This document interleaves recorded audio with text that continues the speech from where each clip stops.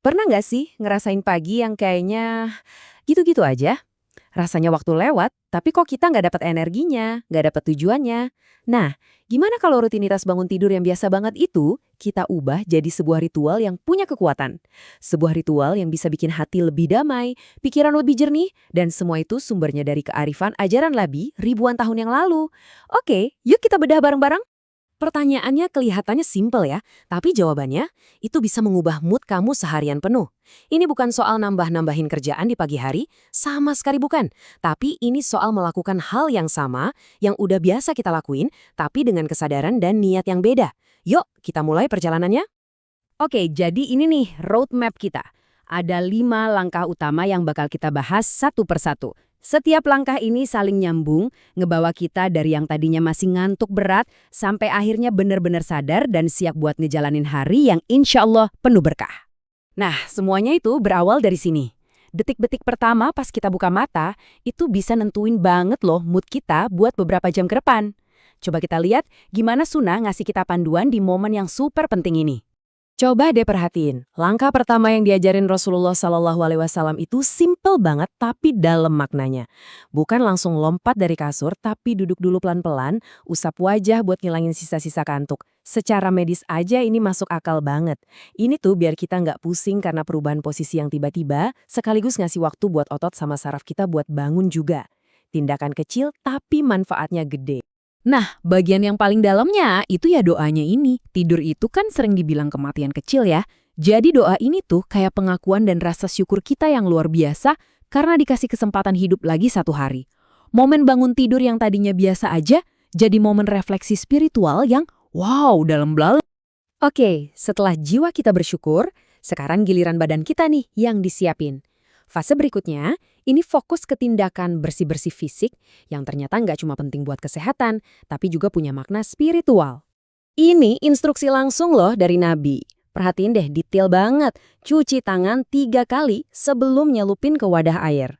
Ini bukan cuma saran, tapi udah kayak protokol kebersihan yang jelas banget, yang nunjukin kearifan yang jauh melampaui zamannya. Dan ini nunjukin banget kan relevansinya sampai sekarang. Sains modern aja udah konfirmasi kalau cuci tangan yang benar itu bisa mencegah sampai 50% penyakit diare dan infeksi lainnya. Sebuah praktik dari ribuan tahun lalu yang divalidasi sama ilmu pengetahuan zaman sekarang. Luar biasa ya. Lanjut lagi ya, ini makin seru. Sunnah berikutnya itu istinsyak, yaitu menghirup air sedikit ke hidung terus dikeluarin lagi. Dan coba lihat, ternyata ada loh padanannya di dunia medis modern, namanya nasal irrigation. Prosedur yang diakui secara medis buat ngebersihin saluran nafas dari kotoran atau alergen.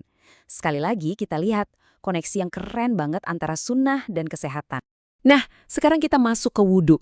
Ini lebih dari sekedar cuci muka sama tangan loh. Wudhu itu ritual yang punya kekuatan buat nyuciin diri kita secara spiritual. Dan seperti yang bakal kita lihat, ini adalah senjata yang ampuh banget buat ngelawan rasa mager pagi-pagi. Pernah nggak sih ngerasa pas bangun tuh berat banget, kayak ada yang nahan gitu? Nah, hadis ini ngasih metafora yang pas banget buat ngegambarin perasaan itu. 3 ikatan dari setan yang bikin kita jadi males dan berat buat mulai hari. Terus gimana dong cara ngelepasinnya?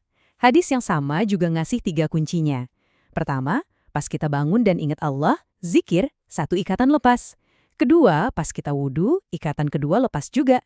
Dan yang ketiga, pas kita sholat, semua ikatannya lepas. Setiap langkah ini bikin kita makin segar, makin jernih. Dan gak cuma itu, wudhu juga punya manfaat spiritual yang indah banget. Disebutkan kalau wudhu itu nanti akan jadi sumber cahaya, yang bikin wajah dan anggota badan kita bersinar di hari kiamat. Jadi setiap tetes air wudhu itu nggak cuma ngebersihin fisik, tapi juga numbuhin cahaya spiritual di diri kita. Semua langkah persiapan yang tadi udah kita lakuin, bangun dengan sadar, bersyukur, bersih-bersih, wudhu, semuanya itu ngerucut ke satu tujuan utama. Inilah momen puncaknya dari seluruh rutinitas pagi kita. Sholat subuh. Inilah klimaksnya, momen di mana pikiran, badan, dan jiwa kita itu nyambung semua dalam satu pengabdian. Setelah proses penyucian tadi, kita berdiri di hadapannya dalam kondisi paling bersih, paling siap buat berkomunikasi dan memulai hari di bawah bimbingannya. Terus, hasilnya apa sih? Apa efeknya kalau kita ngelakuin semua ini?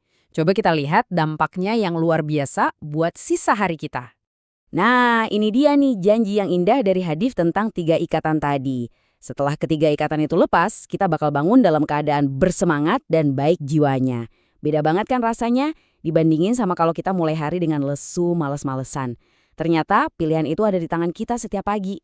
Jadi intinya gitu, pagi hari yang kita mulai dengan niat yang benar, dengan kesadaran, yang ngikutin sunnah, itu bukan lagi rutinitas biasa. Ini tuh kayak blueprint buat ngebangun hari yang lebih baik, lebih tenang, dan pastinya lebih bermakna.